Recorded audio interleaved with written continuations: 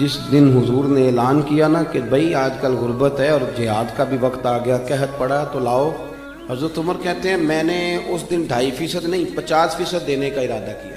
حضرت ابوبکر صدیق رضی اللہ تعالیٰ عنہ تو ابھی آنے والے تھے، جناب عمر فرماتے ہیں کہ میں نے نا آدھی رقم، یہ بہت بڑی رقم ہے، آدھی جائیداد، اس کو چھوٹا نہیں سمجھے آپ، یعنی 50%، اور فرماتے ہیں ہر شہر رکھ کے میں نے ماپی، اور مجھے پتا تھا کہ ابوبکر صدیق کے کاروباری حالات آج کل ٹھیک نہیں، یہ مجھے پتا تھا، باقی معاملات بھی میرے سامنے تھے، قحط تھا، میں نے کہا آج میں جیت جاؤں گا۔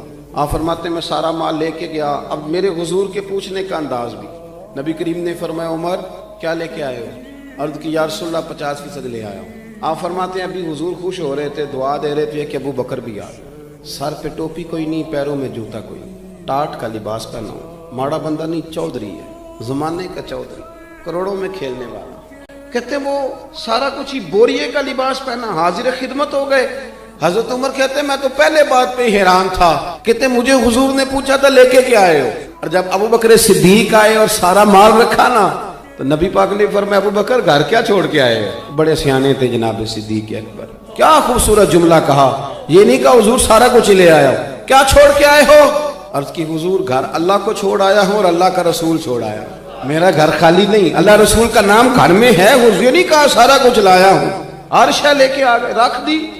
قربان جاؤں کریم محبوب کے، حضرت ابوبکر صدیق نے گردن جھکائی ہوئی ہے، ٹاٹ کا لباس ہے۔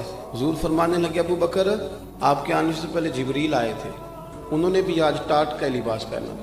میں نے پوچھا ہے جبریل یہ کون سا لباس ہے؟ فرمایا یا رسول اللہ آج ابو بکر نے پہنا ہے تو رب کو پسند اتنا آیا ہے کہ سارے فرشتوں کو یہی جوڑا پہنا دیا ہے۔ اب میرے نبی کریم علیہ السلام نے فرمایا ابو بکر ایک سوال بھی آیا ہے تیرے لیے، حضور حکم کریں۔